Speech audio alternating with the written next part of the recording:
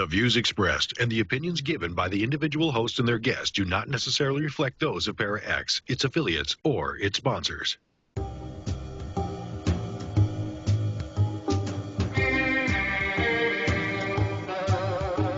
Step outside of your comfort zone.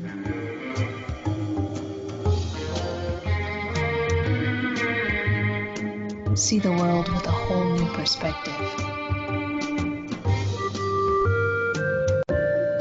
Join us and experience the unexplained on the Paranormal View. And welcome everybody right here to the Paranormal View on the Para-X Radio Network. I want to thank everybody for being with us here in the chat room tonight and those listening from around the world. We appreciate each and every one of you. If you are listening from somewhere around the world and you'd like to come over to the chat room, it's at where am I at? Parax.com maybe? Yeah. Come to Parax.com and go to www.paraxradionetwork.com/chat and you'll be right in there. Right in there. And you'll be with all these wonderful people. So I got my tongue wrapped around my eye tooth and couldn't see what I was saying. Right. But if you got questions tonight, you can private chat them to Henry Foister, Ceiling Cat, and I don't see Jeff in the chat room. Trying to stay online. You can get either one of us, and we will get those questions right over for our guest tonight. And if you are listening from somewhere else and you do have a question, you can also send one to the paranormalview@gmail.com, and we will get those questions answered. Just put attention question, and we'll get to it. Want to thank everybody tonight. It's been a beautiful day here today. It's supposed to rain a little bit tomorrow, but that's okay. We have with us tonight Jeffrey Gould. Hello, hello. And Barbara Duncan. I'm here. All right. And we got a great guest lined up for tonight. Ought to be a good show. Lots of information for you. So hang on, because I'm sure you're going to have a lot of questions. Anything new, Jeff or Barbara, that you want to throw out there right now? Let Barbara say her no first. No, there's just not a lot going on. Same okay. old. That's Take okay. a picture taken and stuff like that. There you go. Yeah, she takes pictures and just sees what develops. Oh, whereas my written and directed short Bucky is being unofficially premiered Wednesday night if you're in the SoCal area, Los Angeles and Reseda, hint, hint. And it's at the Broadwater Theater at Santa Monica Boulevard, Vine, just one street west of Vine. And it's the 9 o'clock to 10:30 p.m. block of short films, and my film wraps up the evening. So it's $10 whole, which won't kill you, and it goes into the rolling production fund to produce other films, hopefully, if one of my scripts wins the next competition like Bucky did last year. Okay. Wow, I heard some feedback. I do have one thing I want to throw out there. Hope it was positive feedback. It wasn't that kind. Do have one quick thing. If you would like to win a ticket to the Mid-South at Louisville, Kentucky, and I forget what the dates are. I think it's June 24th or 14th, something like that. I have to look it up. But if you'd like to win a ticket, send over to the Paranormal View at gmail.com and say you would like to win a ticket. I need your name, the address where you live, your email address, and you will receive a ticket if you are the winner. The first two people who sends it over, we will, and you don't have to be in the chat room. You can be from anywhere. First two people we get stuff from tonight will win a ticket. So with that, And that is July 27th, 29th in Jeffersontown, Kentucky. Right. It's right outside of Louisville. Well, it's in Louisville, really. So why don't you introduce our guest tonight, because we're going to have a whole lot to talk about tonight. Yes. Well, our guest tonight is returning guest is a field investigator for MUFON, the Mutual UFO Network, Preston Dennett, who began investigating UFOs and the paranormal in 1986 when he discovered that his family, friends, and coworkers were having dramatic, unexplained encounters. And since then, he's interviewed hundreds of witnesses and interviewed a wide variety of paranormal phenomena. Preston is a ghost hunter, a paranormal researcher, and with more than 100 articles published on UFOs and the paranormal, he's the author of 18 books. Well, actually, more than that. Since then, and he's appeared on numerous radio and television programs, and he has taught classes on various paranormal subjects, and he lectures across the country, and currently he lives relatively near me in Reseda, California. So, being no stranger to online radio, welcome, Preston Dennett. Hey, thanks you very much. Thanks for having me on the show. So what's the total number of books out right now? It's 22 and counting. Wow, cool. 22 and counting. Well, this book that we're talking about tonight, Undersea UFO Base, I guess there's a large area between Catalina Island and up the coast of California, where a lot of UFOs has been seen, not just recently, but over the years. Can you pretty much go out there on the coast almost any night and see something? Well, I'm not sure about that, but I do know that it's been producing, really high quality reports of not only UFOs but USOs, unidentified submersible objects, pretty much every year. I mean, there's a really good high quality case. I'm thinking that these are just reported cases, a couple a year at least, maybe 4 or 5. One in maybe 10 people reports their sighting. So we're looking at probably, 50, 100 reports per year.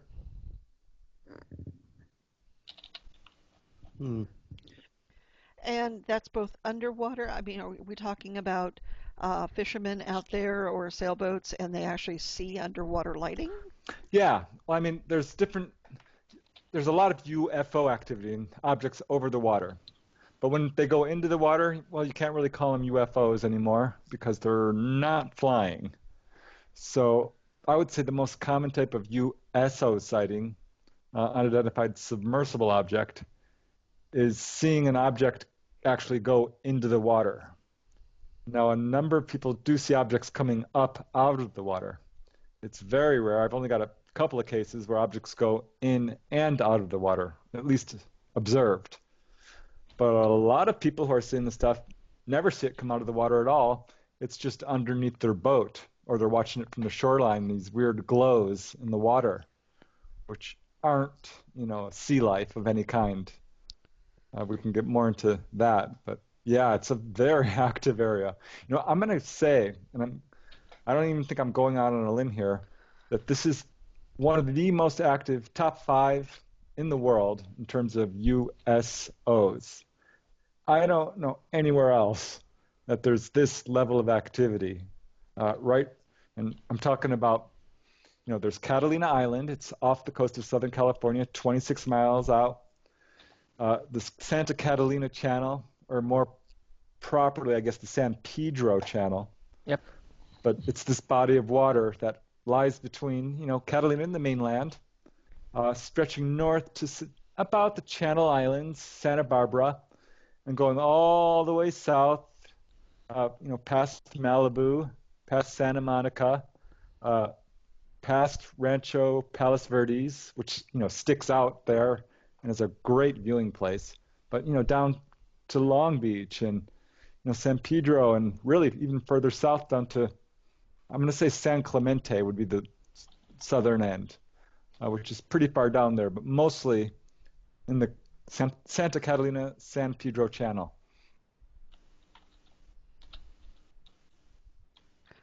Now, has there ever been a report of a collision between a boat and these USOs? Yeah, actually there have. Okay. There's at least one good case, and it involves a group of about 11 people on a boat called the Hattie D. And this was back in 1964. They're heading south down the coastline, and they're up in the northern part of all of this, and hit something metallic. And the guys who were on the boat said they never saw it, but whatever it is they hit, it was solid and some sort of metallic object. It wasn't a whale or sea life or a log or anything like this. It sunk their boat very quickly, actually. They just got time to get into the raft, and were rescued by the Coast Guard. They insist that there was some sort of object that struck their boat. And what I find interesting about that particular case, it's the only one I have involving that's a verified collision with something unknown. In a number of cases, though, I'm going to say there's a good half dozen at least in just this area, and I've got others elsewhere. These USOs actually target boaters. They come right for them. And this can be above the boat. There's a few cases of that where people will see an object and it comes zooming over and hovers over their boat. But more often, it targets their boat from underwater. I mean, a perfect example would be what happened to this senior electronics engineer who had his fully equipped boat out there in the Channel Island area, south of there. This was back in the mid-1980s. And it's at night. It's a foggy night. He's going along when he sees this green light ahead of him. And he doesn't recognize any conventional lights, no running lights, or, boats are supposed to have certain lights on which tell you which direction they're passing on the right or left. And there was none of that, just this very bright green glow. So he stops his boat, not wanting to have a collision, and darned if this thing doesn't head right towards him. And he starts to get really nervous because he realizes this thing's actually underwater. And this thing comes right up under his boat and stops. And he says it was one of the most terrifying experiences of his life, because at this point, all the electronics on his boat failed, and his compasses were slowly spinning. And one actually, broke. It fell off its mountings. He's not even sure how that can happen. He estimates this object was much larger than his boat, perhaps 200 feet across, maybe 100 feet down. He couldn't tell because all his instrumentation wasn't working. But scared the living daylights out of him, stayed there for just a few moments, and finally moved off. And this was not a submarine. This was not a jellyfish. But you bring up a good point about a lot of sea animals out there. I mean, that is on a whale trek. Has there been any studies done, or have you seen any correlation with how sea life responds to these USOs? No, I have really no solid information on that. There was one case involving a sighting, at which time the dolphins in the area were acting very strangely. There was a lot of dolphin activity, and the witness thought there might be a correlation there. Some people have tried to tie their sightings to sea life unsuccessfully, because they realized, what they saw was much too large, or it had multicolored lights on it. But we know UFOs are collecting animal life. We've seen many cases of them, collecting cows and chickens and all kinds of animals, both domesticated and within the wild. They're collecting plants as well, and we know most of the life on our planet, the biosphere, is actually in oceans. So it makes perfect sense that they would be in there, and I would be surprised if they haven't, taken abducted dolphins and whales even, and all kinds of sea life, because that's what they do. So that might be part of the draw for them. I'm totally speculating, but don't really have a whole lot of information. There was one really interesting case where this guy was in the Santa Barbara area, and he was in a boat off the coast and started seeing what he thought were whales until one got close. He saw them darting around under his boat, and he's like, this is really odd. What is this? And one came up, and it wasn't a whale. It wasn't sea life at all. It was a disc-type object, or a half-disc, gray, and just scooting along there really fast. Was not life. It was a craft, is how he described it. Wow. It makes you kind of wonder, because I know that whales do respond to different sounds. And if they're making any sound underwater. I don't even remember a lot of noise that they make when they're UFOs. Yeah, as far as I know, I don't have a lot of cases of USOs making any noise really at all. There's not even awake in the water. A few, but by and large, no. They just dive into the water, and there's nary a splash. It just kind of tucks in there, and same way coming out. In most cases. Now there was a case up on in Northern California where 2 teenagers saw an object come out of the water, and it did make a splash. It brought out quite a bit of water with it. And there was another incident like that right here off Venice Beach. This was during June 14th, 1992. There was a huge wave of sightings. Huge. I wrote a book about it, UFOs over Topanga Canyon. And on that one night, there was like 30 witnesses in varying locations, all up and down the coast here in the Santa Monica Mountains, seeing stuff.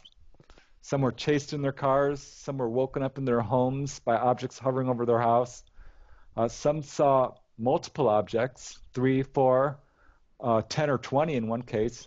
And in one case, a couple saw, it started out early in the evening. They went outside because they saw flashes of light, and they watched about 10 objects rise up from behind a ridge down by the ocean.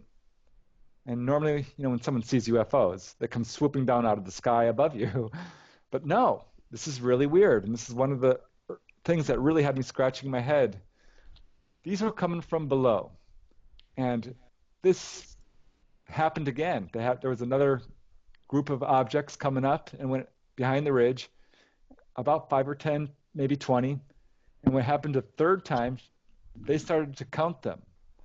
So this went on maybe 20 times, went on all night long till about 11, till they finally went inside and didn't look anymore, because they had counted, or the wife rather, had counted 200 objects. And the husband, I interviewed them both. I went up to their house. He's like, well, I think maybe there was 100.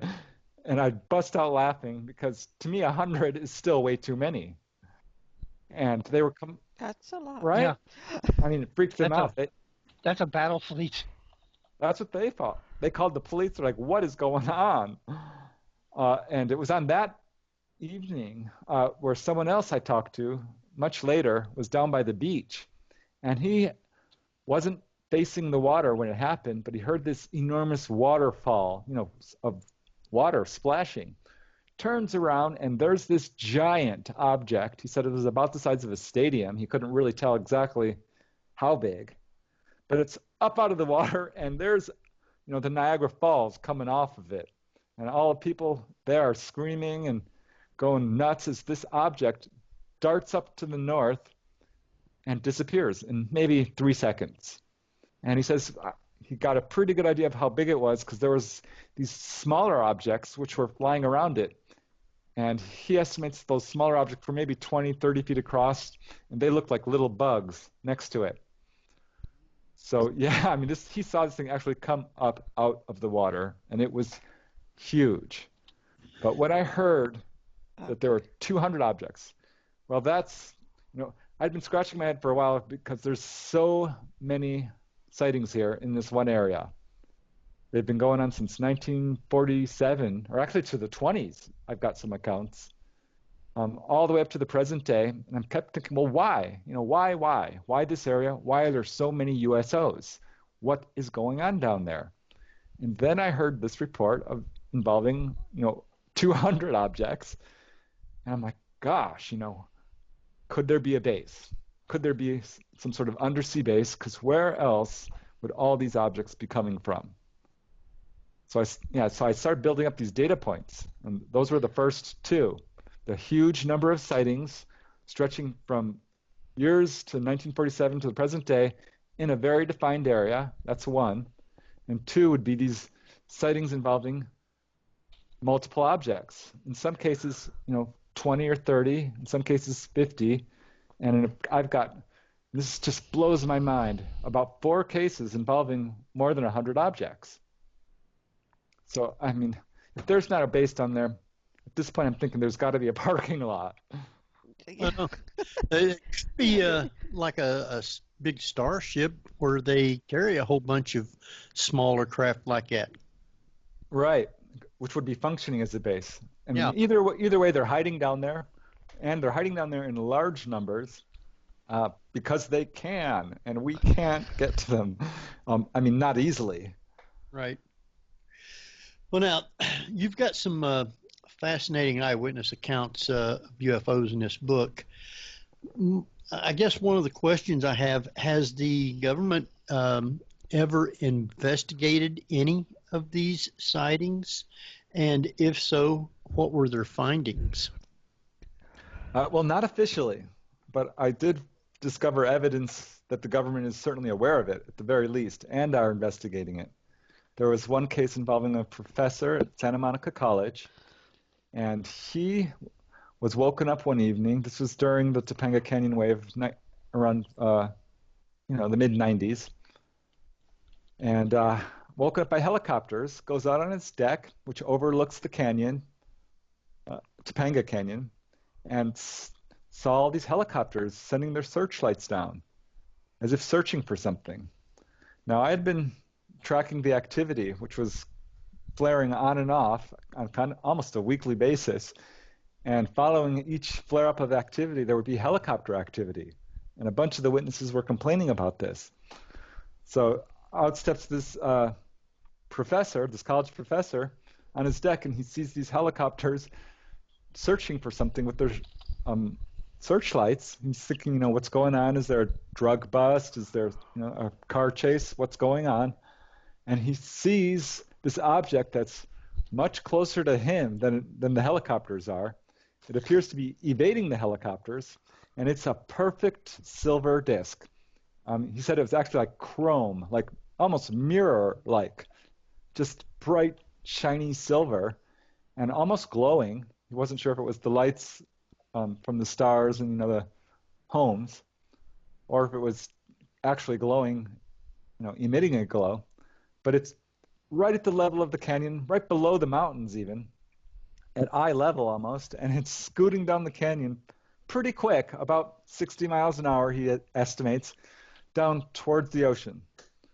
So that was evidence, I think, that, at least the local government is aware of this. Now, I talked to other witnesses, and I know the police are aware of this, because I talked to one witness, and he had major encounters and described how he went to a dinner party, and there was a police officer there from the local sheriff's station, which handles this area, and the police officer said, confidentially, that they receive hundreds of reports per year, 300, he said. And I said, oh, no, you must have heard wrong, probably 300 over, a lifetime. And the witness is like, no, the officer said it was 300 per year. Well, I later talked to another witness who's describing this amazing encounter with this metallic disc and colored lights all around it. She lives maybe 2 miles away from this other guy, and this disc went right over her home. And she said, you might be interested in this other story I heard. I was at a dinner party, she said, and there was a police officer there, and he started to describe how they receive like 300 calls a year about UFOs, reporting UFOs. I'm like, whoa, there's independent corroboration that, our local government is doing their best to deal with this. Now, I called the police, and they denied this. I didn't tell them where I got my information. But they said, no, we receive occasional calls. So they covered up, as far as I'm concerned, and I know for a fact that during that June 14th, 1992 wave, witnesses called the police I've heard the 911 tape and asked if anyone else had reported sightings, and the police denied it. And the witnesses I spoke with called the police like the next morning, also asked, and the police said, no, nobody called us, which wasn't true, demonstrably. So that's not good. And I did receive further information in terms of the federal government being aware of this in a couple of ways. There got to be a whole lot of sonar research going on in this one particular area. I thought that was a little peculiar. And it was so heavy duty that environmental groups actually sued the Navy to stop doing this sonar testing or experimentation because they were doing it in the Santa Catalina Channel. They were doing it in the Channel Islands, which is a huge marine life area. And they lost. The environmental agencies lost the lawsuit, and the Navy was allowed to continue their research, but eventually, due to increasing pressures, did sign an agreement in which they agreed to limit it and not do sort of sounds that would, damage marine life. So I think they're aware of what's going on. I've got independent corroboration of that from another MUFON investigator who actually called up Point Mugu Naval Base, and they said, oh yeah, we're aware of the so-called rumors of this so-called base, and no, it's not true.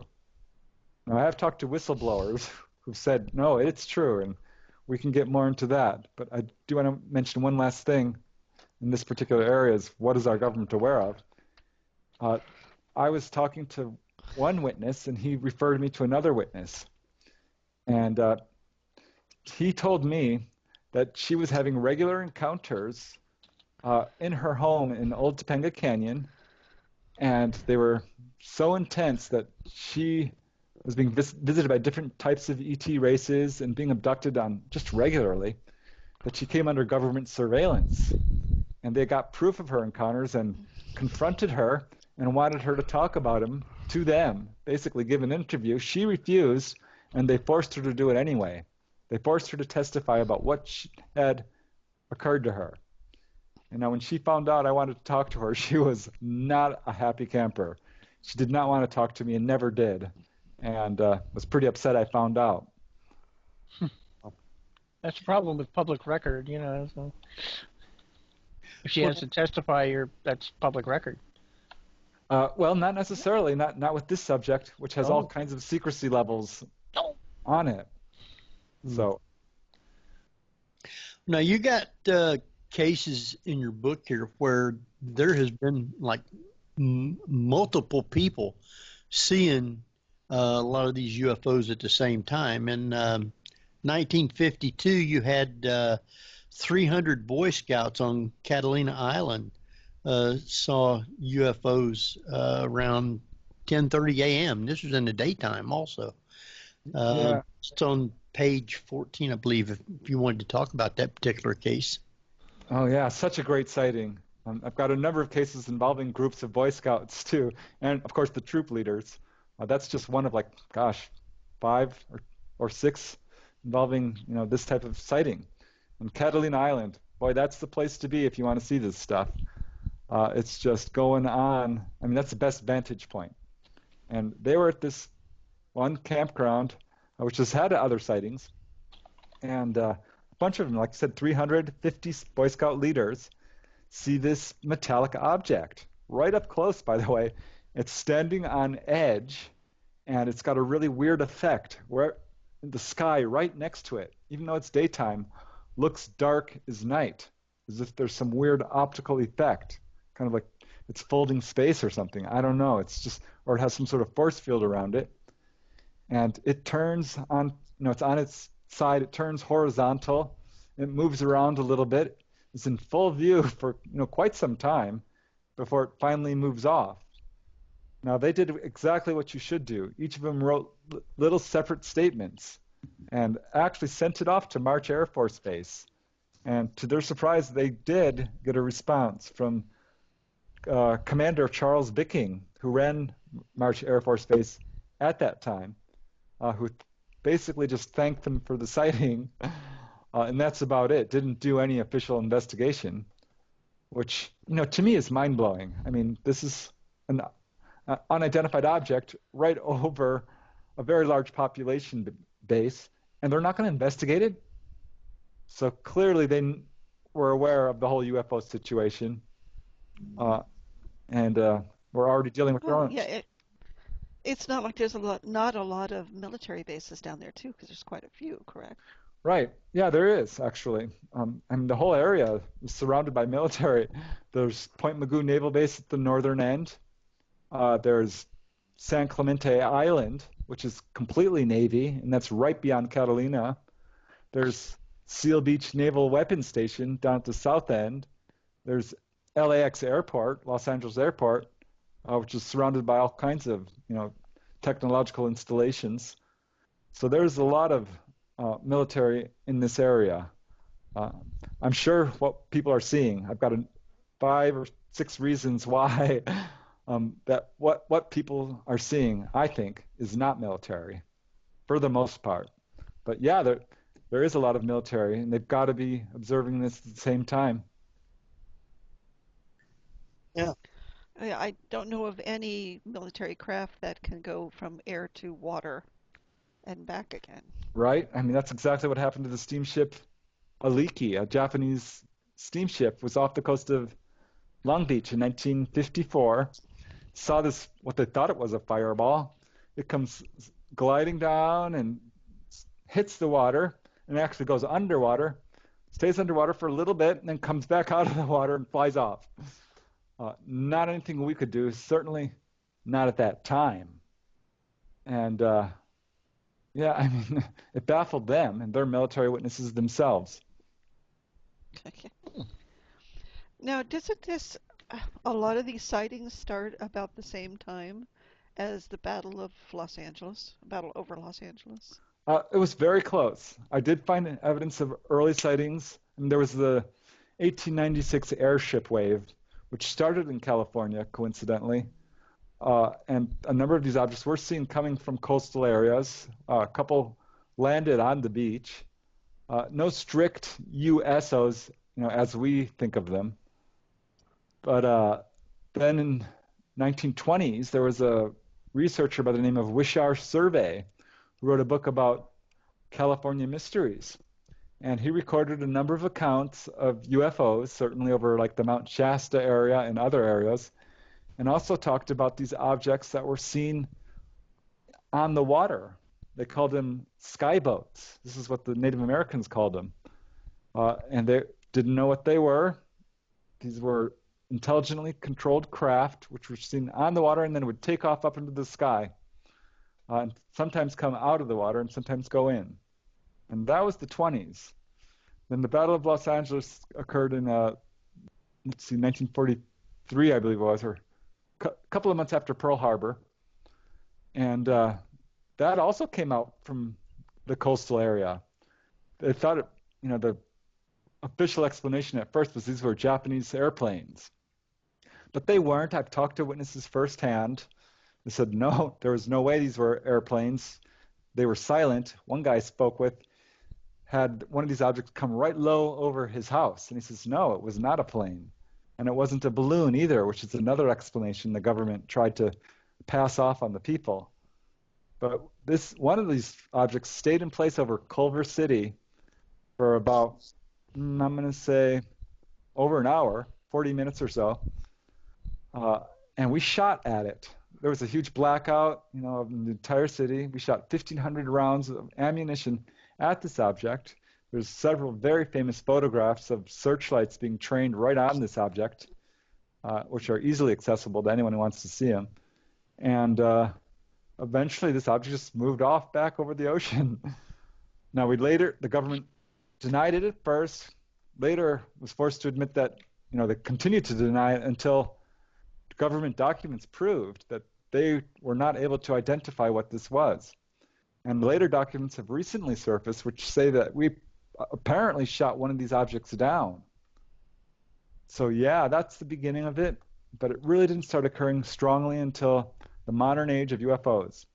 1947, Kenneth Arnold, the Roswell crash, this huge super wave sweeps across the United States, And this is when the USOs showed up. The one really amazing case, 1947, involved this object underwater in the San Francisco Bay area, and it was causing havoc with shipping lanes because it was like this disappearing reef, this phantom mountain, and the ships could not move back and forth in safety because this thing kept moving. They called up the Navy, and the Navy sent up Captain Hambley, who piloted this Navy survey ship called the Maury, and actually tracked this object south down the coast all the way to Southern California, where it went out to sea, maybe 100 miles, 200 miles out, and they found it there again. It was a very large object, whatever it was. It wasn't that deep because they had readings on it. And suddenly they lost it again and never found it. So I'm assuming that's when they started. I don't know when this base formed, but this is really when the activity started regularly on kind of like a yearly basis. I was going to ask you, because to get that many ships underwater, it would either have to come in all at once, in which case you think that it would be a little more apparent, visible, right? to most people. Yeah. Or if they came into the water and was traveling the water under the ocean for several miles, they were already in the water. Right. I'm thinking both. They have the technologies to do this, and I think when they start to create, a scene, and they want to hide, it's the perfect place, while still having access, to us, to a large population base, which appears to be what they're mostly attracted to. They're here for us, abducting people. I think that they're very interested in all things human, and certainly in our planet, but mostly us. And they have the ability to move underwater, just like you see in the sky. I've got, most reports, these objects aren't moving that fast. They're kind of just chugging along there. But there's some where they are moving fast, maybe 50, 100 miles an hour. And I've got a small smattering of cases where these objects are darting around underwater at what appears to be, 500,000 miles per hour, just like, people describe in the sky, where these things go from horizon to horizon in 1 second. So, yeah, they can move very fast underwater. I think they've got a force field or something. Officially, submarines can move about 50 knots, 50 miles an hour, very close to that. I've learned that actually we do have stuff that can travel close to twice that, but that's not publicly known and certainly not official by any means. But it's my understanding that our Navy does have technology of submarines that can move fast, 100 miles an hour up to, and do have a flying submarine. This was something we were working on publicly. It's known. There are documents that prove this back in the 1960s. And apparently we were successful in developing this. What we've got is more like a plane, makes engine noises, but can, go up out of the water, unfold its wings, and take off, much like a seaplane, and then go back underwater. It's not officially known. As far as I know, there's no actual documentation on this. I learned this from, insiders and whistleblowers. Mm. But even with our technology, it does make a lot of noise. Right. So, I know that what people are seeing, some of it is probably military. There's got to be a small portion at least, because if there are military bases in the area and we have advanced technology, and the answer to both those questions is yes, and some of what people are seeing has got to be military. But there's a number of reasons why I know most of it is not. And probably the main one is that there are people being taken on board these craft, and they're not seeing military officials. They're seeing gray aliens. They're seeing praying mantis aliens. They're seeing Nordic-type ETs, not military. Secondly, these objects are putting on displays in some cases. They're chasing cars down the road. They're waking people up in their homes. They're abducting people. They're doing these incredible maneuvers over very densely populated areas. And this flies in the face of how our government, our military, behaves. They do not test advanced aircraft over population centers. They don't chase cars down the road. That is not, I mean, that's against policy, certainly. One would hope not. Right. Yeah. And thirdly, I'm going to say about 10%, maybe a little less, maybe a little more, of these cases involve objects that are being chased by military. And there's another 25%, maybe, of the cases involve military witnesses who are themselves utterly baffled by what they're seeing. There's way too many of these craft being seen. Perhaps our military does have some USOs, but do they have 200? And would they display them in front of people? I just can't believe that they would do that. It's been going on way too long. Back in the 1920s, our military existed, certainly, but we had just invented aircraft. We had nothing that can do what these objects were doing way back then and are still doing. True. And lastly, here's another reason why. There is too many different types of craft that people are seeing. We have lots of different types of military craft, certainly, but they follow a pretty strict pattern with, wings or rotors and windows and navigation lights and so on. Well, the objects that people are seeing have come in probably 100 different varieties. We're talking saucer-shaped. We're talking manta ray, triangular, V-shaped, spherical, box-shaped, hexagonal, glowing blobs of light, anomalous clouds with little pastel lights going around the edges of it, bunch of anomalous clouds. So all kinds of shapes that it's just way beyond, I don't even know how to categorize it. It's driving me nutty trying to figure out what's going on in this area because it's just so wide and varied. Wow. So, yeah, not military. Absolutely not. Well, certainly not from our technology being aerodynamically correct. Right. Or the propulsion either. Yeah. Right. These objects are silent. I have no cases involving a USO that anyone can hear. There are a number of cases where people do hear UFOs in terms of making a low buzzing noise, perhaps. But that's about it. No, these things are silent. Well, we're going to take a quick little break, be a few minutes. And Jeff, you still with us? Yeah. You've been awful I'm quiet. fascinated. Okay. Well, I'm going to let you take us out, and I'll bring us back and be just a couple of minutes. So go ahead. Okay, you're listening to the Paranormal View on para-x.com with hosts Henry Foister, Ceiling Cap Barbara Duncan, and myself, Jeffrey Gould, with tonight's returning guest author and ufologist Preston Dennett. So stay tuned for more of the Paranormal View after the break. Whether you're listening at home, at work, or anywhere, thanks for making Para-X part of your day. Your source for everything paranormal, Para-X. And welcome back, everybody, to the Paranormal View right here on the Parax Radio Network. I want to thank everybody for tuning in tonight and listening to us, not only in the chat room, but from around the world. And speaking of around the world, Barbara, where do we have listeners from? Henry, tonight they're coming in from all over the United States, Canada, the United Kingdom. Our little friend Unknown is back. All right. And Australia. Australia. All right. Mm-hmm. We got them all over, just like what you said. I'm glad for it, too. Hope everybody's enjoying the show. We got with us Jeffrey Gould. Hello. And Barbara Duncan.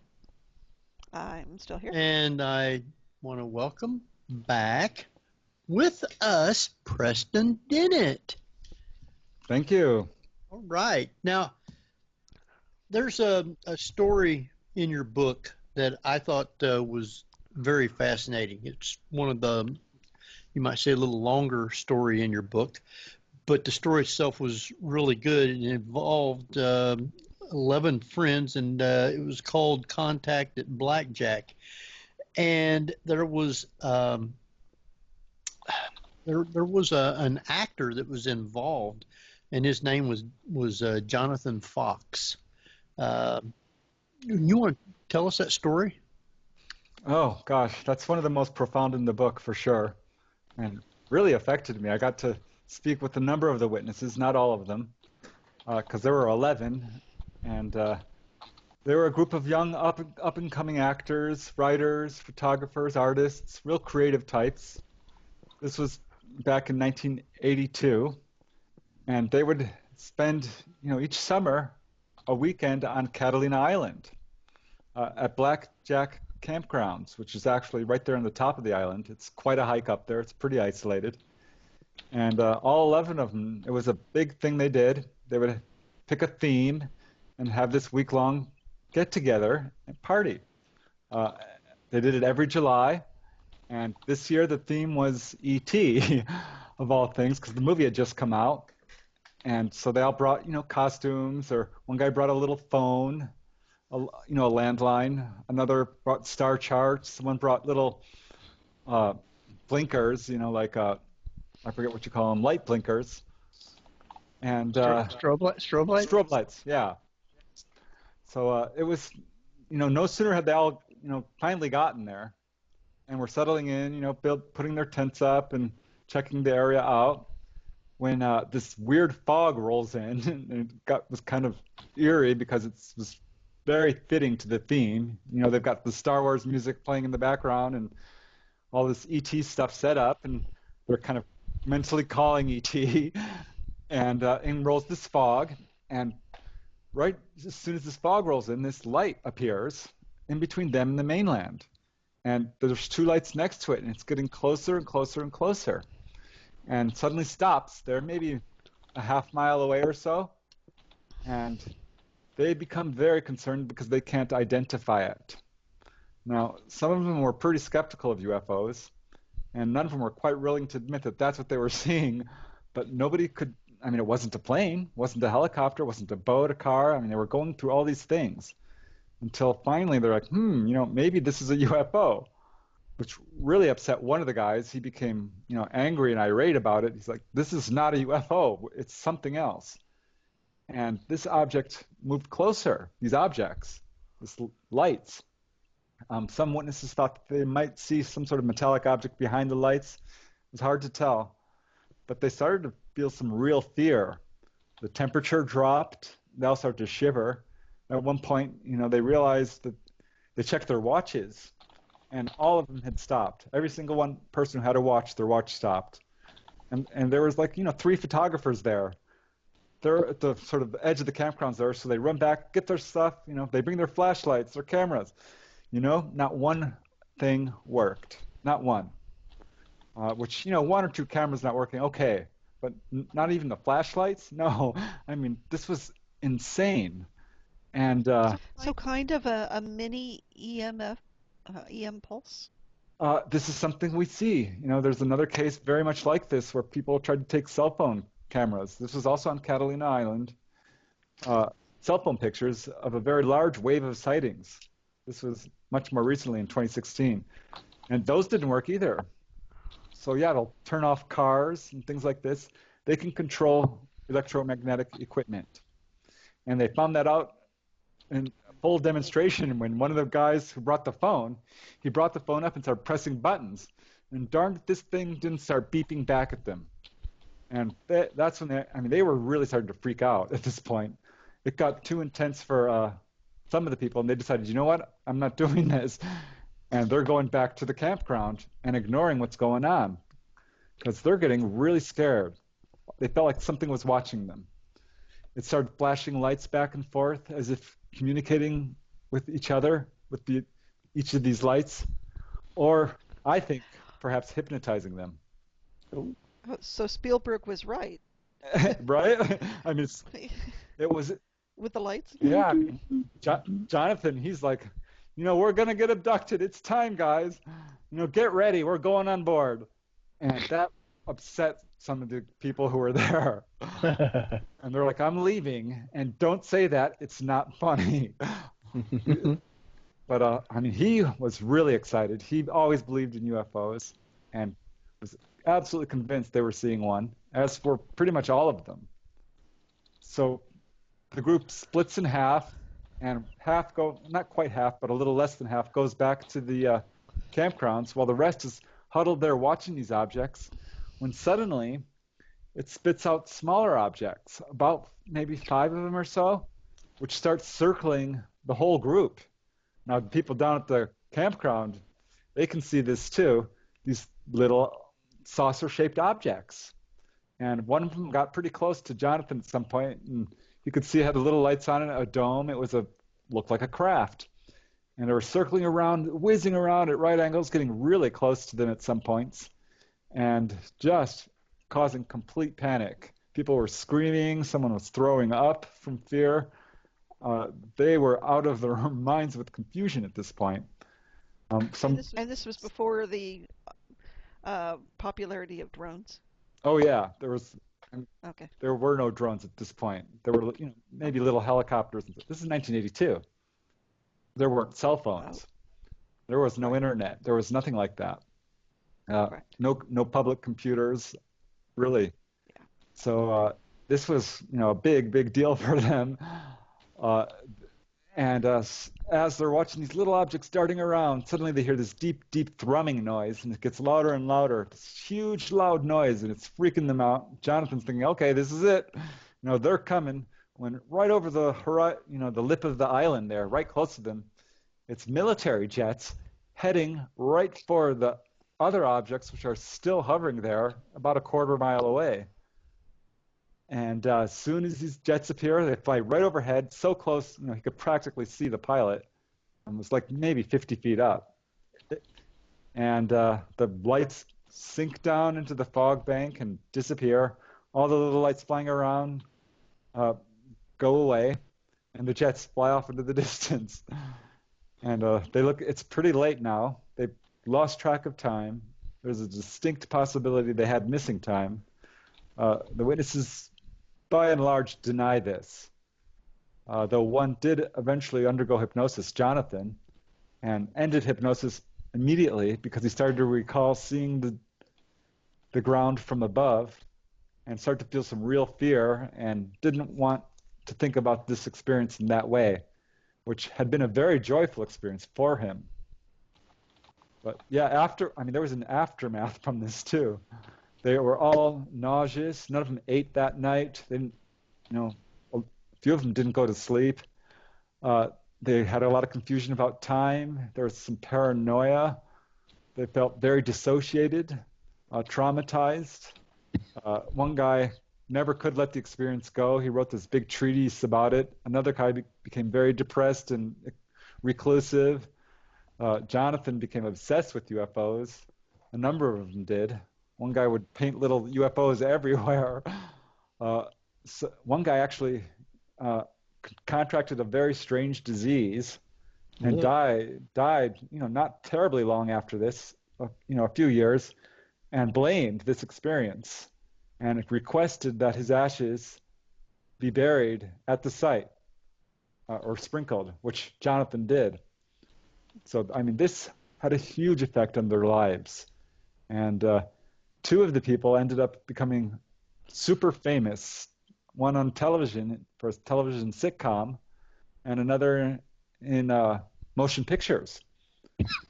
What actor was that? I wish I could tell you. I know who they are, but I'm sworn to silence, and they don't want to speak. Okay. Well, what genre of film do they normally in? Comedies or? Well, yeah, one person was a star of a sitcom. Oh, wow. And the other was a leading actress in a number of movie franchises, that had multiple sequels. So yeah, you'd recognize them for sure, but they don't want to talk, and I gotta respect that. Yeah. I did talk with, 1, 2, 3 of the witnesses. Two, I got really long interviews. One a very, very abbreviated one. But I had access to some of their MUFON reports as well, because they did report their sightings to MUFON. And yeah, I mean, it's an amazing case. I don't know what exactly the full extent of it. I think there's layers that are still unexplored, but it's an incredible case either way.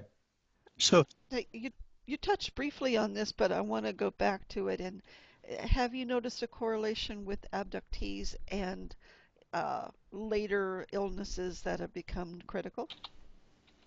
Not a huge one. It does happen. You know, I've looked into the medical aspect of this phenomena, but mostly on the positive side. I've been concentrating my research on UFO healings. I wrote a book called UFO Healings. That was my first book, actually, in 1996. And working on another version currently, because I've got over 100 more cases. So I've done a lot of research into that, and because of that, I'm aware that, yeah, there's a lot of cases involving injuries. Not some severe, and certainly there are cases of people who've contracted cancer and things as a result. There's a lot of cases of people who have sudden migraines when a UFO shows up. Many people come away from, say, an on-board experience with scars on their body. And a lot of people feel like they're being, medically experimented upon, and there's some evidence to support this. Absolutely, and it's not always a positive experience. I think by and large, the ETs are not here to hurt people. That's not their agenda really at all. There's no evidence of them, say, torturing people for fun, sadism, that sort of thing, which we do, to our own people. But no, they don't do that. The worst you get is people feel like they're treated like a lab rat, and some people are medically damaged as a result of their experience, and some are also healed. So it's pretty hard to make sense of them. You know what I mean? And there's all extremes. There's an umbrella of behavior there that's very similar to human behavior, but it's skewed slightly towards the positive. Any EM sensitivity? Oh yeah, that turns up in a number of cases. Not in, in this particular complex of encounters that I wrote about in Undersea Base. No, but yeah, definitely interviewed people who've had that. Are there freshwater cases too, or is it strictly saltwater, large ocean? Well, I guess you could hide a lot better than you can in a freshwater lake. But no, there are. These. Doing the research for this was kind of a 10-year investigation, I have to say. It started with a chapter in my book, UFOs Over California, which I publicized by writing an article for Fate magazine called Is There an Undersea Base Off the California Coast? Because I was building these data points that kind of pointed towards this theory. And that got me on deep sea UFOs on the History Channel, which was hugely popular, and I got a call back from that and started speaking. So I just got a flood of reports, and most of them, I concentrated on this area, but a number of them came from across the world. I've got an amazing case I'd love to tell you about off the coast of the East Coast. But yeah, one freshwater lake case it was Lake Hamilton in Hot Springs, Arkansas. This is, quite some time ago, and wow. Yeah, not a big lake. I have to tell you, it's quite a small lake. And there's these four teenagers back in 1952 were on the lake at night. There was no one else on the lake. It was, not that big. And they were just messing around. They were in the middle of the lake there, not doing drugs or anything. He made a point of saying that. There was just two boys and two girls, and two of them were, being necking. All right. And the two in front weren't. They were just friends, and it was all very awkward. And suddenly this USO rises up and hits their boat. And they're freaking out because it's much bigger than their boat. They've got a little speedboat there, about 12 feet across. This object is 20 feet, maybe 25. It's circular, perfectly circular. It's black and has a little dome on top, and they can't identify it. So the girls are screaming, "Get out! Let's go!" And finally, a guy I interviewed, he's driving. He grabs the accelerator and tries to take off, and the boat won't move. It's lodged to this thing. It's stuck to it until suddenly, next thing they know, the object's gone. It's 2 hours later. They're on a different part of the lake. The boat's skipping along at top speed. Almost hit a pole there. They slowed down, rushed home. The parents were furious, didn't want to hear any excuses, and sent the boys home. Why were the parents upset about what? The kids were 2-3 hours late. Oh, I see. Oh, they were okay. So the tardiness aspect is what annoyed them. Was the boat?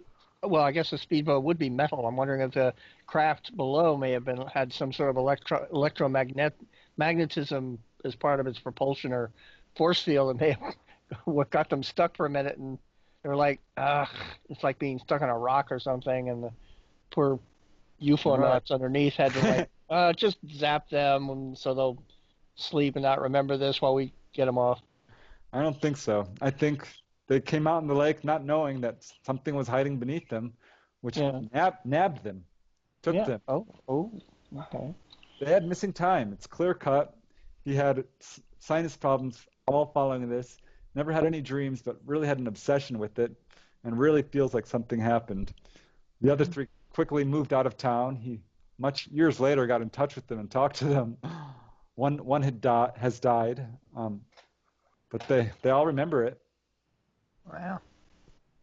Now, if anybody has questions, you can private chat them to H. Foister or Ceiling Cat, and we will get those questions answered for you. And if you're somewhere else and you got a question, send it to theparanormalview@gmail.com. Just put attention question, and we will get those answered also.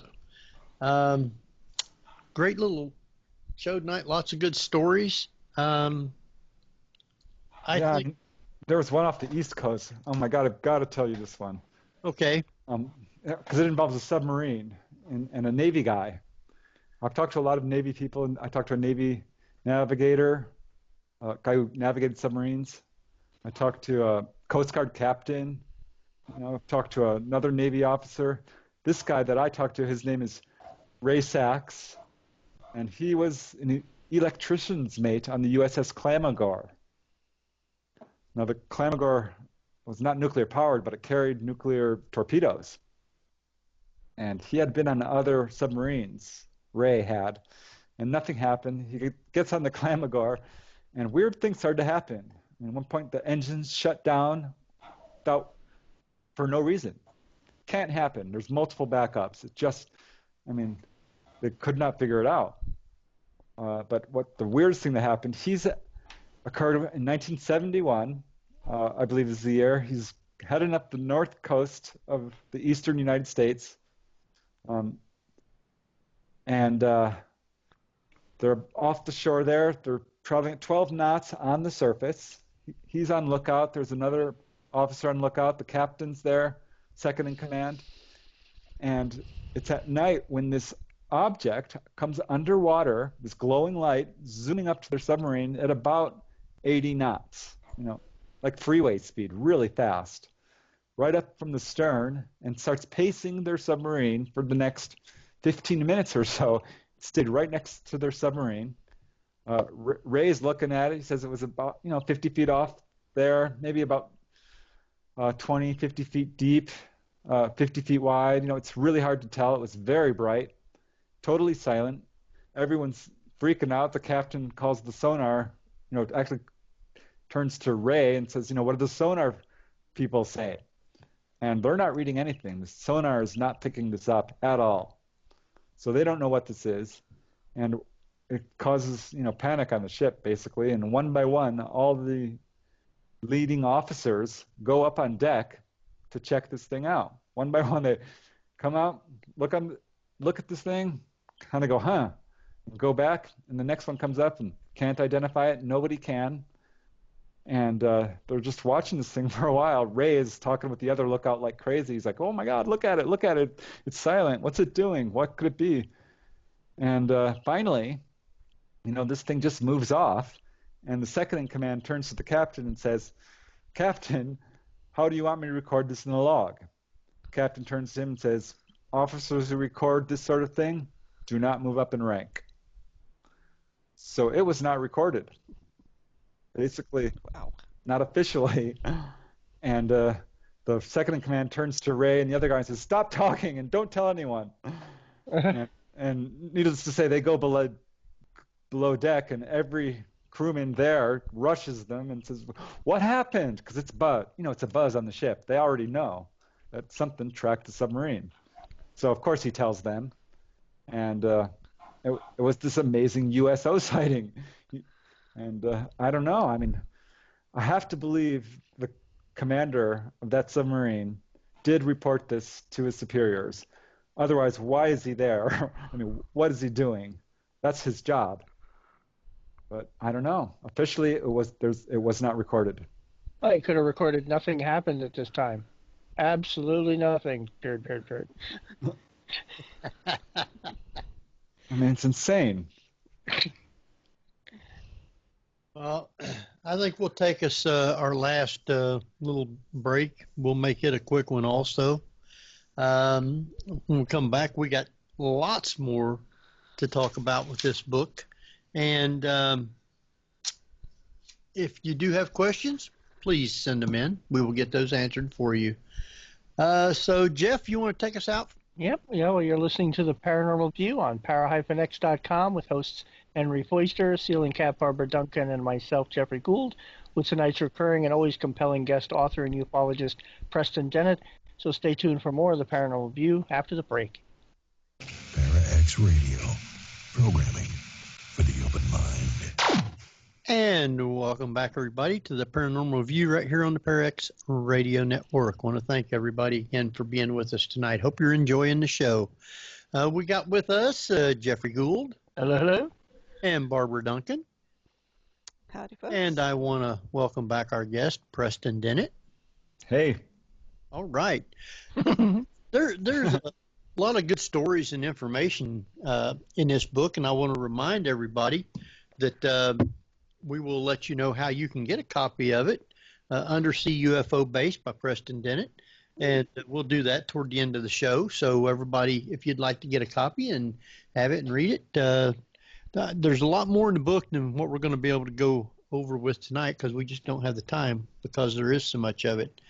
There is another story in there that I thought was really interesting, and this happened to some people on a beach, and it's called Contact at Leo Carrillo, and it was a very interesting story also, and the thing about these is you have more than just one or two people who witnesses all this. So, and I'm pretty sure you probably interviewed quite a few of the people. No, I wish. I've gotten confirmation from some of them, but so far there's only one main witness. But yeah, it did involve a large number of people. Often people are very reluctant to speak on the subject. And I can't push too hard because I've learned the hard way what happens. You have to respect a person's right to remain silent. And but yeah, one guy was compelled to talk to me because he knew of my research, found out about it, and was amazed because he had this incredible encounter in 1998. He was at a party which was being thrown on Leo Carrillo Beach. It's right along the coast there. It's right where all this activity is taking place. And this was a large party, 50 people or so at night. And it's a little isolated beach there. It's far away from the Pacific Coast Highway, which is right above them on top of some cliffs. So the party goes on, it's some point in the evening, he wanders down to the beach. This is towards the end of the party. Everyone's winding down. And they're looking at these lights on the water, a small group of people. And I'm talking to this guy, I'll call him Dan. And he is like, "What are those lights?" And they're like, "We don't know." And he's looking at them. It doesn't look like a cruise ship, but it's a bunch of colored lights in kind of this random pattern. And nothing conventional looking at all. And I'm thinking, could this be an oil rig? What's going on? suddenly they see this little light dart off of it to the side. I'm like, wow, that was weird, and it went pretty fast. So now they're getting even more confused about what they're looking at.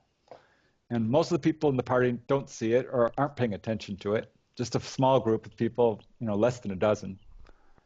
When suddenly this very bright light shines from behind them, from at the top of the cliffs, shining down, or towards the USOs, actually. And Dan and everyone whirls around and looks up these lights. They're like stadium lights. They're just huge. It couldn't be a car or anything like this. There's just a field up there. And the lights switch off, and suddenly there's these figures coming down the staircase. It was a group of about maybe a dozen people, a little less, men and women, all wearing blue jumpsuits, or what appeared to be like blue jumpsuits. And it was strange. There was a number of strange things. First of all, this group of 10 people in blue jumpsuits invades the party. Second of all, no one seems to be reacting to them.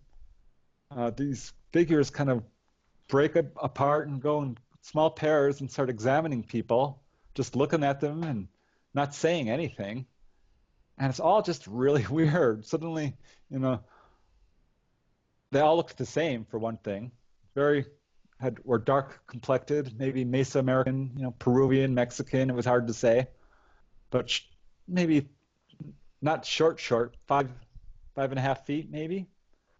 And they looked so similar. It could have been brothers and sisters. And just didn't say anything. He saw something in their hands which was kind of blinking lights, and he's trying to, could that be a flashlight? Is that a beer? What's going on? He can't figure it out. He looks up, and there's one of them on top of the lighthouse there, which is all well and good, except you can't get up there. It's locked, and there's a fence around it, and it's not easy to just climb it. It's not really, something that's easily doable. But this figure is up on top of it, and it's signaling the USO, which is still there, by the way. And this is when it just goes from bizarre to just, they had missing time. Next thing they know, it's later in the evening. Dan is now standing in a row of other people facing the water, and the USOs are gone. It's much later. There's 10 people standing behind him in a row. They look down at their feet. There's no footprints. There's nothing there except this imprint in the sand, a round circle of imprinted sand, like you stuck a glass or something in the water, like they'd been teleported there or something. A number of the people who do remember this part of the incident, but most don't. Most of the people remember nothing weird about this incident. They don't remember any entities. They remember nothing like this. After, at this point, the party did break up and everyone went home, and this incident was not discussed for years. It just wasn't. So, it's a weird incident for sure. The witness I talked to has had encounters his whole life. He remembers, quite a bit of this. He feels certain that they were ETs. He's had a number of encounters with them, and he had sort of flashbacks to the incident in which he remembered being taken on board, presumably one of these craft, because he saw metallic walls and it was very large. Hard to say for sure. He hasn't gone under hypnosis or anything like that, but felt compelled to report his story. Now, do you find that abductees have a tendency to know when another person is also an abductee? Like it's sort of a non-communicative but sort of way of knowing? I think like almost a mental connection, you mean? Or? Yeah, like a mental connection, yeah. Well, what we have is people like recognizing each other and like, do I know you? And they can't place it. And they may later have a UFO encounter together. That's relatively rare. That's how I know you. Right. And there's some evidence that people's lives, their relationships are manipulated to a certain extent where they're brought together, perhaps on board a craft as children, even from varying locations. Oh, great. They're from the planet Cupid. Right. And they're setting people up. Did you ever watch, there was a TV show, I don't know if it's going to have another season, called Children of Earth? I'm not sure that I have. It's a sitcom done with sort of dark overtones about a group of people who are throughout their lives abducted by extraterrestrials, and they end up forming a support group. And it isn't until well into the second, I think maybe third season, where they suddenly realize how long they've been abducted, and they've been being abducted at the same time. So that as their regression started, Right. They start realizing, oh wow, we were on the ship together. Yeah, I did watch that. I watched every episode. Yeah, I love Frank. He's just Frank the Gray Alien. Yeah. Yeah, it wasn't a terrific show, I got to be honest, but I really enjoyed some of the accurate portrayals. That's what blew me away. Yeah. And yeah, it was funny, and it was really interesting because they were able to put in some of the real details. You know, that's why I love science fiction does that. Science fiction kind of predicts some of the stuff, and I think it helps people to sort of deal with it. Before I became a UFO investigator, I wanted to be a science fiction writer, and was not able to do it actually. Just kind of, you know what? I'm going to write about aliens anyway because I found out UFOs were real. And truth is stranger than fiction. Right? But I'm back in it, by the way, science fiction, because I think it's important and a lot of people resonate with it. It outsells UFOs by quite a margin. And I'm trying to bring the science fiction fans into the whole UFO fold. I recently won the Writers of the Future contest. So I want to give them a shout out because I promised I would. And what was your story about? Not allowed to say. Hasn't printed yet, or? Yeah, there's a series of volumes they put out. It's the longest running science fiction contest, I think, in the world, and awards first, second, and third prize. Big prize money. I got my check already for $750 for second place. I'm thrilled because I've entered 47 times. It's totally anonymous, and you just enter your short story. Anyone can enter as long as you're an amateur, science fiction writer. Yeah. And I published a few stories, but nothing a couple at a pro level. But and the name of the competition is what again? Writers of the Future. Writers. And is that also the name of the group, or just the competition? Well, it's not. It's sort of just a contest, actually. Yeah, but somebody's got to run it. Oh yeah. That's what they call themselves. Yep, the Writers of the Future. So, there you go. And I'm just thrilled to death, and my story is coming out next year. And I will say, it does have. Well, I really can't say anything about it. I don't want to get in trouble. But it's a short story. You can say it's a short story, or yeah, it's a short story and science fiction. And when it's published, I could certainly talk about it. But I've always felt that these subjects are very close together. And certainly, aliens is the most popular trope, I guess, theme in science fiction. And I'm still mostly into this UFO stuff because finding out it's real. I mean, come on. Yeah, really.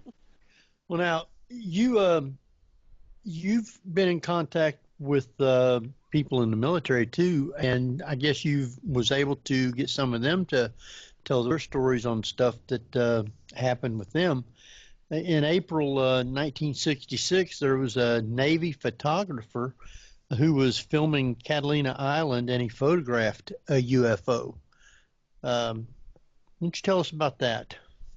Yeah, it's a great case. I didn't have the opportunity to interview the witnesses in this one, but it's a well-known classic case. It appeared on Brandon Chase's documentary UFOs Are Real, and some great UFO footage. This group of Navy people, one of them was a Navy photographer, very familiar with all kinds of aircraft, noticed this object hovering over the island. It's like, that's weird, it's not even moving. And he's looking at it and sees no wings, and it starts to move. And that's when he grabs his camera, his movie camera, and is able to take a good segment of footage there of this object leisurely moving over the island. It's not super high quality, so there's some doubters out there. It's not what I would call conclusive proof, but together with the testimony of these military guys, it's fantastic evidence that something was out there because they couldn't identify it, and there it is on film. So, very interesting case. Don't know what to make of it other than here we go again, in this one area. My two main data points are, all these accounts of objects coming in and out of the water, and multiple objects. But I've got other data points that point to the existence of there being an undersea base, and that, in one case, it involves people who've been taken into these UFOs, and they're not taken actually into the UFOs, they're taken underground. And it's not just, it's a couple of cases, but not a lot. But like one involving a pilot and actually a doctor is his main job, but he's also a pilot and a private pilot.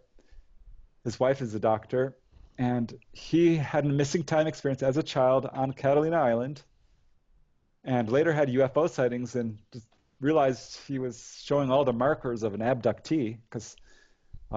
So he decided to go under hypnosis to investigate this missing time incident on Catalina Island. He was with his friend on a boat in Avalon Harbor. Next thing he knows, it's morning. But under hypnosis, he recalls being taken into an underground area. So it wasn't taken into a UFO. It appeared to be this vast underground cavern. It had rock-like walls, smooth floor. His friend was taken off to another area while he was placed on a bench and told to just wait there. He felt no real fear. He just watched this kind of not a gray, but more like a praying mantis type ET wearing a white sort of robe-like thing. And after some point, the experience ended. But he's not the only one to be taken. There was another lady, a photographer. She wrote a book about her experiences called Beyond My Wildest Dreams. And she had an experience where she lived along the coast there on Malibu, where she was taken into what appears to be an underground area, like an auditorium, vast, with lots of people in it, other types of ETs, multiple types. And I've got another story beyond that. So that's another data point. And these started to build up. There's this other thing called the Malibu anomaly. Now, we haven't talked about that at all, but that's another data point. And I started to get whistleblowers, people who said there's a tunnel. So, things started to really build up. So you're talking about a large underground cavern, say, somewhere near Santa Barbara, Catalina, that area. Yeah, it went viral on the internet not too long ago. Years after I had started investigating this area and plotting all the little, I made a map. I put it in the book. But not underwater. But it's something that humans could, function and not drown. No, it's underwater. There's underwater tunnel or anomaly. It's known as the Malibu anomaly now. Mm-hmm. And it's all over the internet, and it looks like this tunnel with pillars and a flat top. But some Google images, this was found through Google applications. Some don't show it. Some show just a landslide. It's a known earthquake fault area. Skeptics say, nope, nothing there. But I've gotten 3 or 4 people from separate areas telling me there's a tunnel there, and that was before this came out. And this thing shows a tunnel. Some of the images do. And it's right exactly in the thickest part of where I plotted all these USOs and UFOs. I made different maps. And that's right in the thick of it. So how deep is it there? It's pretty deep. Yeah, the show Location with Rob Lowe actually went down and explored it. He was exploring, Bigfoot and ghosts and haunted places, and explored the Malibu anomaly with a submersible and went and checked it out. Found no evidence that it was artificially constructed, but it was really a shoestring investigation done very quickly, more for ratings than anything. They saw the top and they examined part of the bottom, but didn't do any real exploration of it. I'm on the fence about it. It could be a natural formation. I don't know. I just recently heard more information on it. This isn't in the book. One of the witnesses to all this activity didn't see it directly, but knows about it is Merrill Fankhauser. He wrote the song Wipeout, and was invited to go watch these lights coming in and out of the water, and kind of just didn't do it. Didn't think much of it until he heard about all this activity. Later found out that there were mysterious radio signals coming from the Malibu anomaly area. He recorded them and put them in, he didn't record them, someone else did, but he put them in his song and has been playing it, and very successfully. That they sound just like, other UFO sounds. But at any rate, he was in Las Vegas not too long ago, Merrill Fankhauser, and performing, and a Chumash Indian elder approached him. Now, the Chumash Native Americans lived in this area for thousands of years. And the Chumash told him that they know about the Malibu anomaly, and that over 1,000 years ago, many thousands of years ago, the ocean level was much lower, and they would actually be able to sit on top of this thing and fish off of it. And they said it was constructed by someone long before them. So, I don't know. I'm kind of on the fence, but right now I'm leaning in the direction that this is a construct of some kind. I have to admit, when you look at it, the pillars are not uniform. They look like they could be natural. The top is very flat. And I have to say, it looks like there's a tunnel there in some of these images and some not. And I just don't see how you can choose one image over another and be objective about it. Well, do you think? Also the possibility is the architects, if they were alien, may not deal with the same kind of abstracts of symmetry that we have. Right. A human duck blind. Yeah, exactly. I actually saw the Low Files episode with the Malibu anomaly where they were going under, and they were like, he was just freaking out over the sonar, pointing out, like, see, it's really weird, So. Yeah, and I got some whistleblowers who were telling me about this tunnel. They're like, you know about this tunnel? And I'm like, no, tell me about it. They said that there's a tunnel that stretches, get this, from Area 51 in Nevada, where Area 51 is, where we reverse engineer all this stuff, allegedly, to Edwards Air Force Base, which, by the way, is neck deep in UFOs. There's reports it goes 50 stories down, reports of aliens working with humans, UFOs landing there, as affirmed by Gordon Cooper, our astronaut. Reverse engineering. That's where President Eisenhower allegedly met with ETs. So it's, very ET oriented. The tunnel leads from Area 51 to there, all the way to, they wouldn't tell me exactly where, but the San Pedro, Santa Catalina Channel area. So I'm like, and when I got a second report, I'm like, wow. There we go again. These guys probably don't know each other. Maybe they do. I don't know. But I got a number of reports, and I'm like, okay. And then these images come out, and I'm like, wow. All right. How many data points do you need to say there is a strong possibility that there's some sort of base down there? And I have to tell you, there is one whistleblower just laid it out. Said, yep, there's a base. She's a lady who worked with the Navy for many years, and she says the only reason she can talk, I didn't talk to her personally, this was a report I found secondhand. She said, the only reason I can talk about this is because it's already on the internet. It's already all over the internet. And you're welcome, by the way, because that's partly to me putting this information out. She said flat out, yeah, there's a base down there, and it's actually run by humans, but aliens visit it regularly. Well, couldn't they put buoys out there in the water, like for radio frequency tracking? Any UFOs or USOs that might be going in and out of there? They've got to be aware of it. I'm not sure. I think they're just kind of standing by and watching it or working with them to some point. It's very hard for me to say how the military is dealing with this, because a lot of the witnesses themselves are military and they don't know anything about it. So it's being covered up, certainly to very high levels. One guy, the people I'm talking to are high-level military people in some cases. Yeah, I think they would know. Yeah, someone's been killed for knowing stuff like that and wanted to go public, I guess. You got one here, and Jeff, how long you been out in California? Since about 1998 or 9. Okay. In October 19th, 2002, there was a UFO that was over the Queen Mary. Did you guys know about that? Well, that's down in Long Beach. It's not exactly in eyesight of where I am. Oh, well.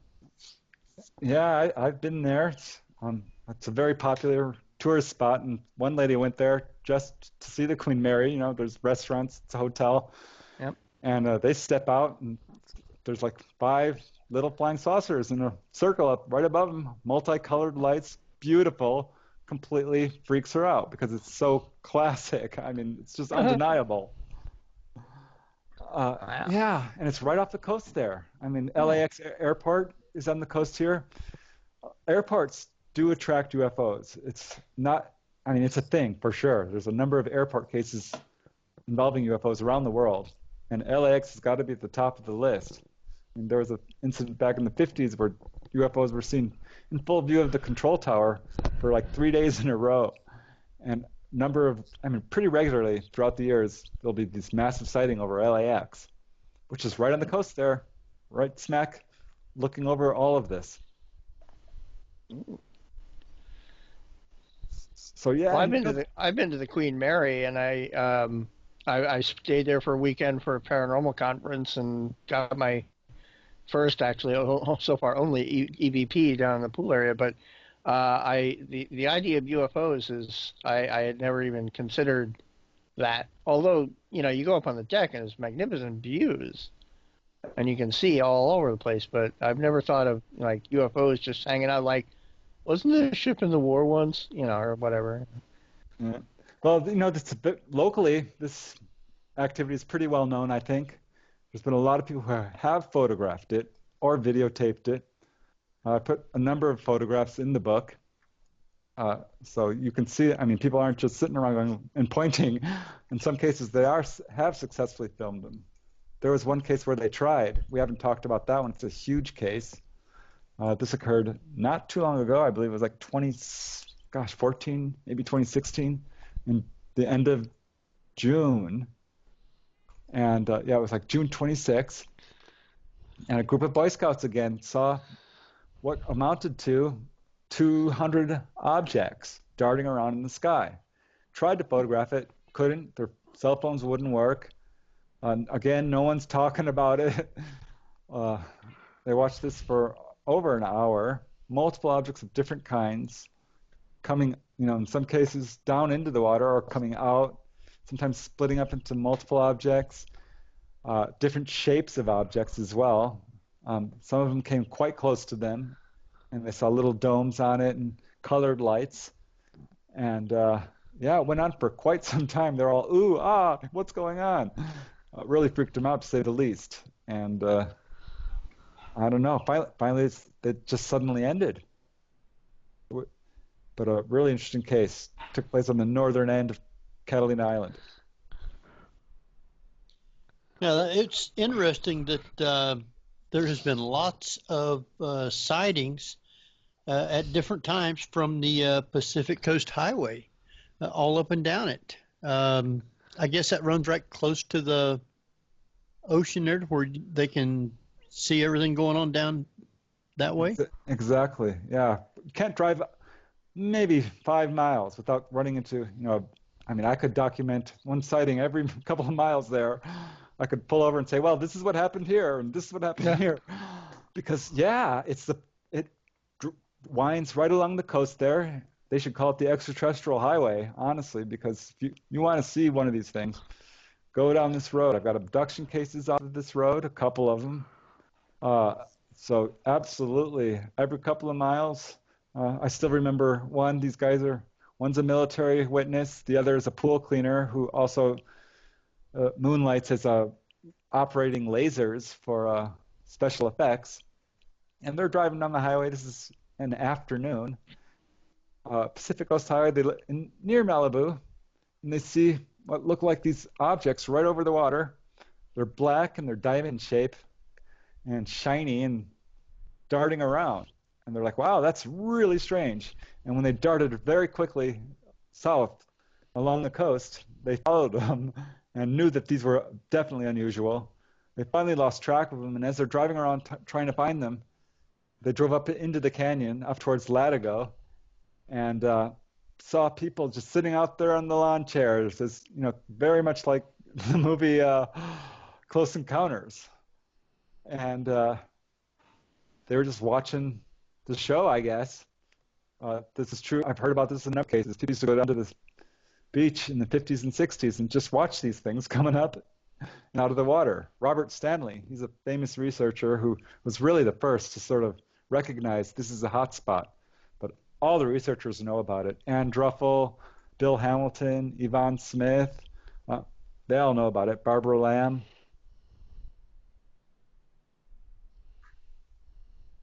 Uh-oh.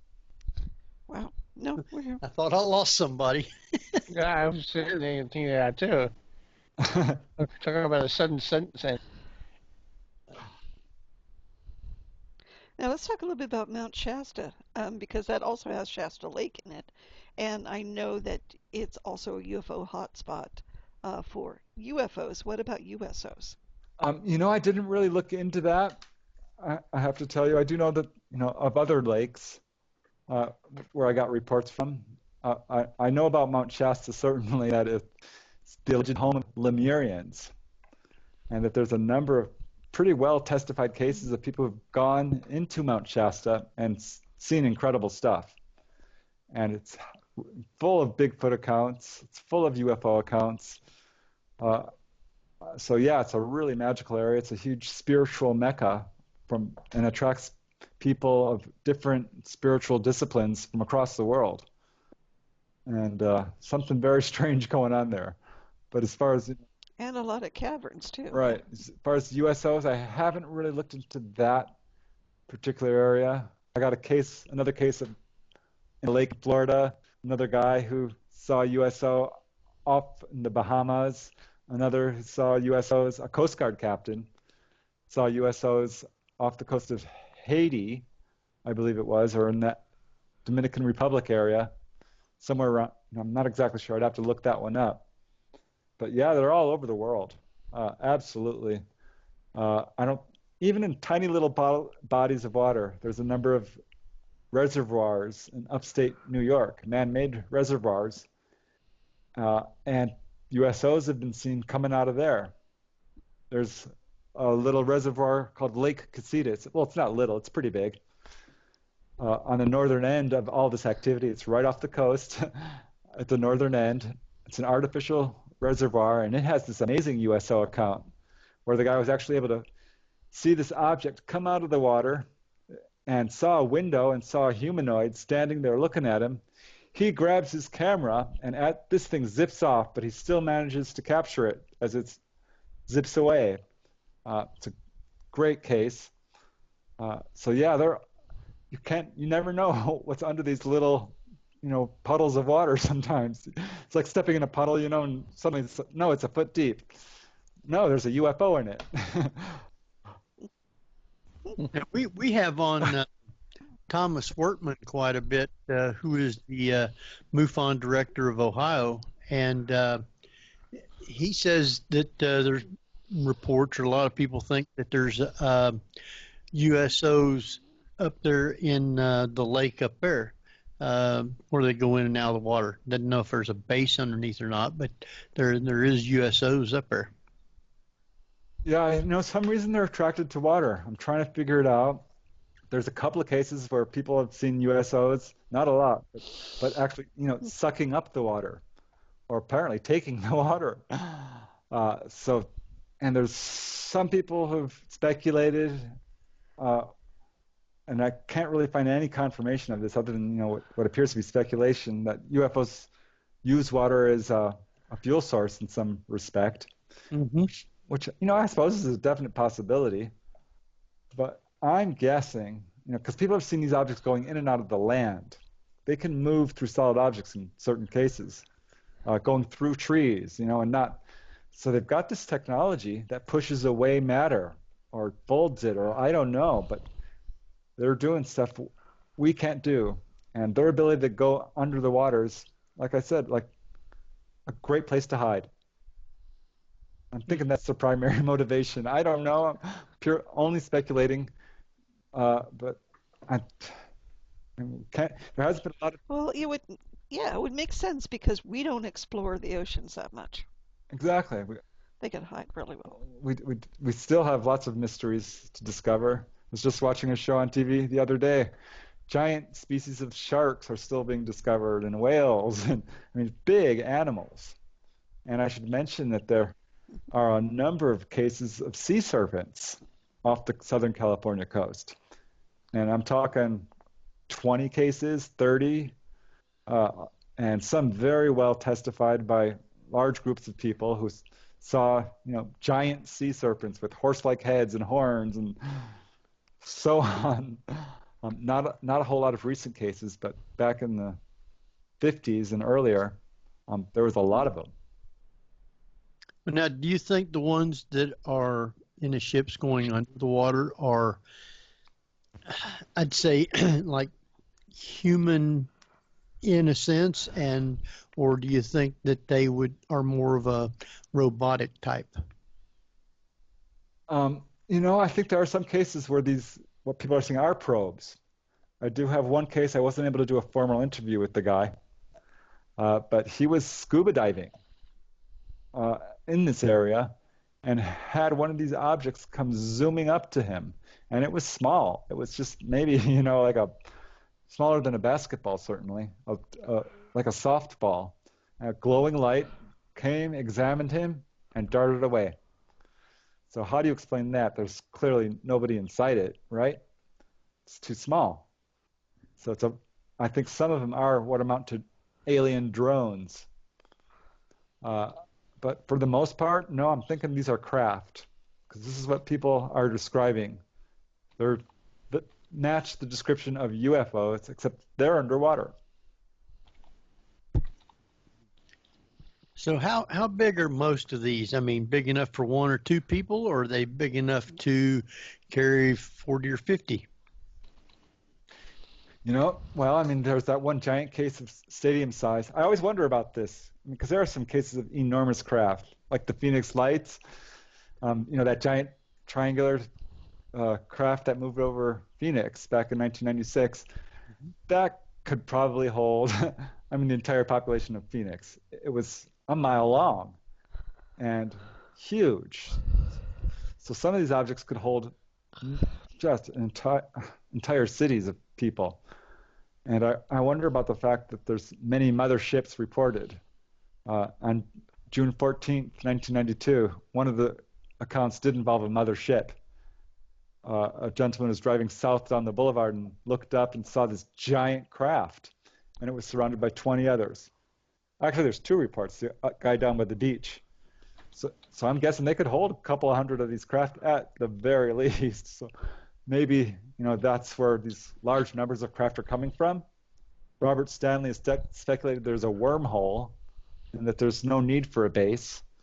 But I'm thinking there's a base because the activity is so regular in this area, coming in and out of the water. It would be so convenient for them and so easy to do.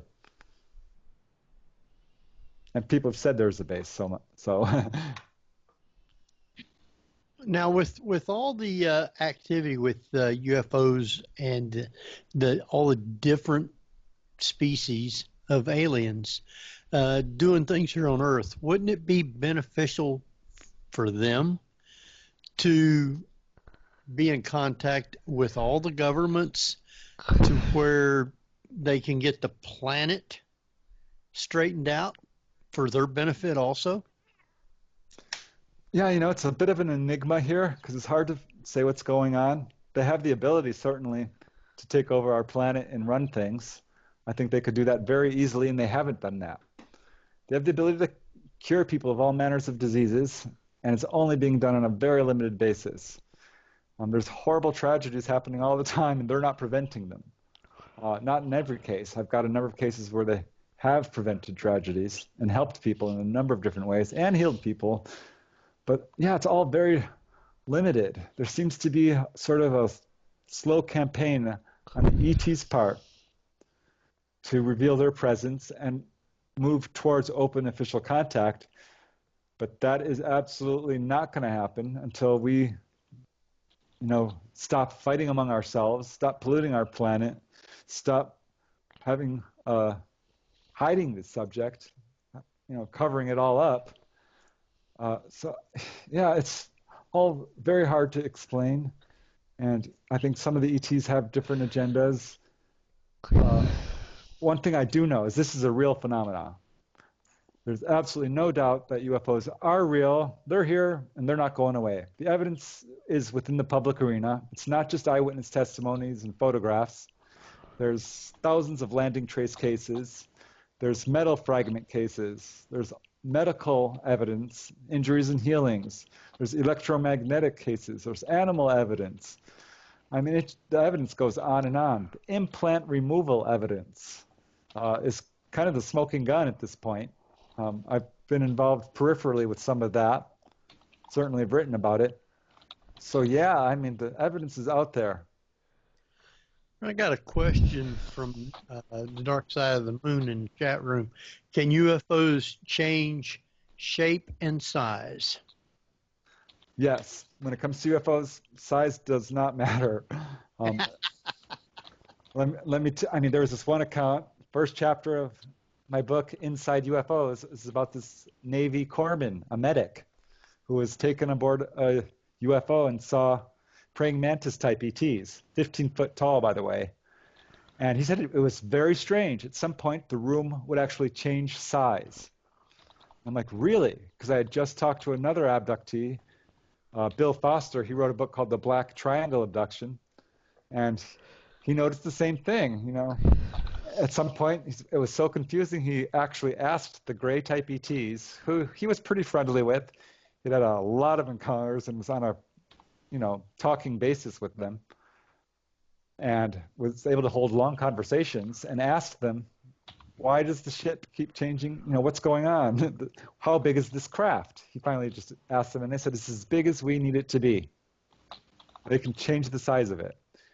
And I wrote about this in my book, Not From Here, where there's this one case, Leonard Stringfield, the crash retrieval expert, interviewed a Navy guy who was a photographer taken to see a crashed UFO, or a recovered one. It was in a military base, recovered. It was about 30 feet across, and he photographed it from the outside. And they said, okay, photograph the inside. He goes inside, and it's not 30 feet across on the inside. It's much bigger. It's huge. You couldn't throw a rock and hit the other side. So this explains how they are able to do, what appears to be time travel in some cases. If they can control space to that extent. Well, in science fiction, specifically Doctor Who, it's called transcendental dimensionalism, where the inside is bigger than the outside. Exactly. I mean, science fiction predicted a lot of this stuff, and here it is actually real. I mean, absolutely real. This is a Navy photographer reporting this. And there's a number of cases, for that matter, where people will see a ball of light. And they're like, well, and suddenly it expands, grows, and it's a full-on UFO. Betty Andreasen saw a UFO abduct a person. She was taken to an abduction scene, watched the guy go on board the UFO. The UFO shrunk down to a tiny little thing, a ball of light, and took off. And they turned to her and like, we call that deopulating, when they shrink things. So don't know what that means. It's not a real word. Means they're probably going to get preview tickets for Ant-Man and the Wasp. Exactly. But their technology, guys, it's like magic. It's unbelievable. Well, even Arthur C. Clarke said that science is indistinguishable from magic. Yeah, I've heard that the guys at Area 51 said, you wouldn't believe what we got. Science fiction isn't even close. Well,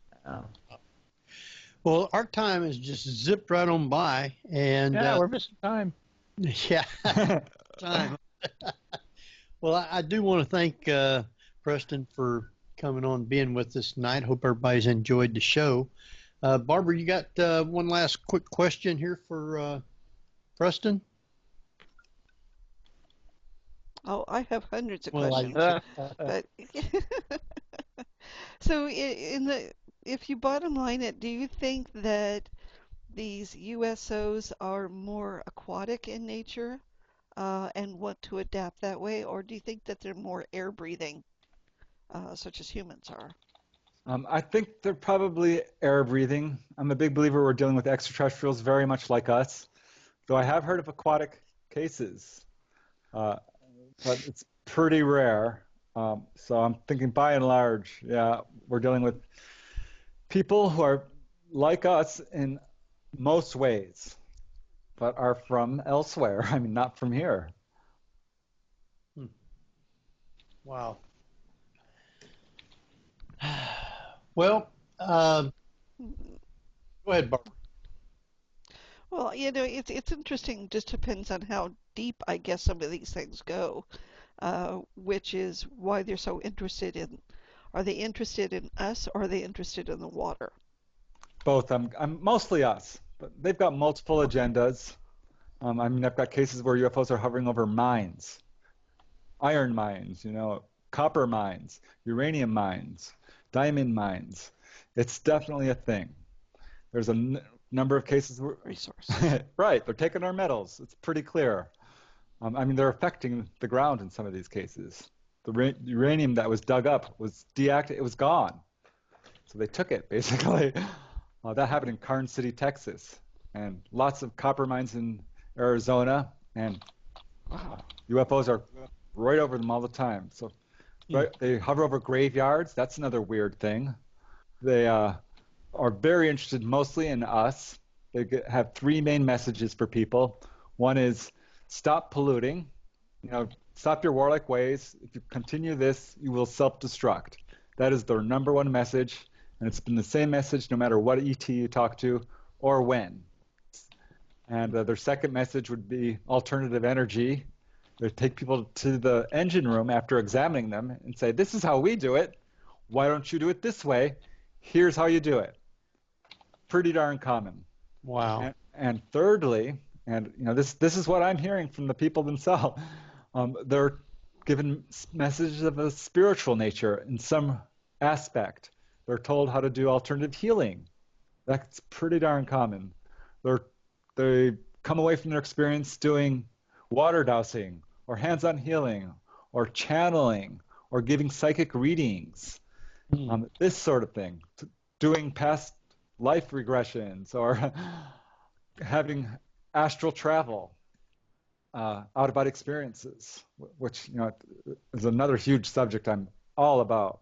But so yeah, that's their main messages. I think they're mostly interested in us and in saving our planet. Well, Preston, our time is dwindling down. Why don't you quickly give information out where people can get your books, how they can follow you on the media, Facebook, and your sites? Yeah, thanks. I appreciate that. And thanks again for having me on the show. But yeah, you can reach me on Facebook. I do have a website. If you just Google my name, it'll take you there. All my books are there. I've got, all excerpts. You can buy my books through my website. You can contact me through my website. I always love hearing from people, whether, it's a question or a comment or if they've got a story to share. I've got more upcoming books too. I'm putting out volume 3 of Not From Here, another volume of UFO healings, putting out a number of science fiction stories. Again, just one second place in the Writers of the Future. Woohoo! So yeah, lots of stuff going on. I'm just really thankful that you guys had me on the show, and I really appreciate it. All right. Yeah. We want you to stay on for a few minutes. We're off, and we'll talk with you for just a couple of minutes. Jeff, you got to go. Yes. Facebook.com/The Paranormal View, all one word. The official site is theparanormalview.com. You can follow me on Twitter and on Instagram @RealBadger. And on the report that I'm doing up for tonight's show, apart from tons of his titles and how to find them on Amazon, we have the link to his writer page. Good night. You've been listening to The Paranormal View on the Para-X Radio Network.